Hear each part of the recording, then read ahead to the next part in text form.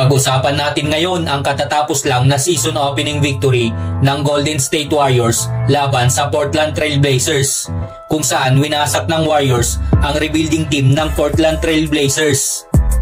Pero bago yan, baka pwedeng pakipindot naman ng follow or subscribe button dyan. So yun na nga, grabe ang performance ng Golden State dito. Kaya sa mga solid Golden State Warriors dyan, mag-ingay!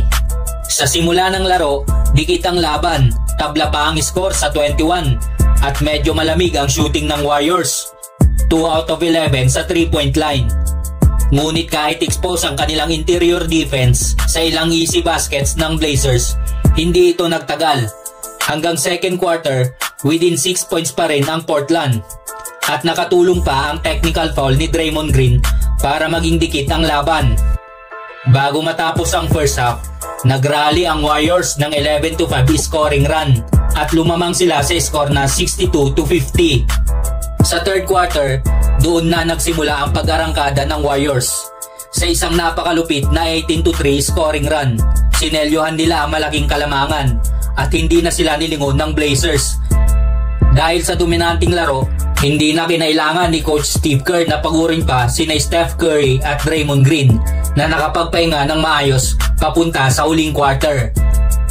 Leading ang Warriors sa score na 99-72 bago pumasok sa final period. Isa sa mga standout performance ay ang debut ni Buddy Hield para sa Warriors. Nagpakilala agad siya at umiscore ng 22 points at napaka-efficient sa kanyang 3-point shooting na 5 out of 7. Si Steph Curry naman, matik na yan na nagbigay ng all-around game mga chong. Halos mag-triple-double with 17 points, 10 assists at 9 rebounds. Lupit talaga nitong si Chicken Curry mga chong. Sa side naman ng Portland, hindi naman nagpauli si Scoot Henderson. Nag-lead siya sa Blazers with 22 points, pero struggle siya sa 3-point line. 0 out of 5 shooting mga chong.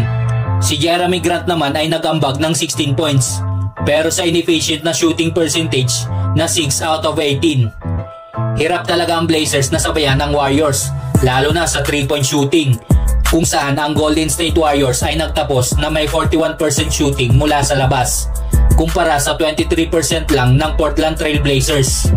Nagtapos ang laro sa score na 139-104. Sa susunod na laban, haharapin ng Warriors ang Utah Jazz para tapusin ang kanilang West Coast road trip. Mukhang nasa forma agad ang Warriors. Tuloy-tuloy kaya ang ganitong performance nila? Abangan natin yan sa kanilang mga susunod na laban. Curry hiding behind Trace. Steph 3.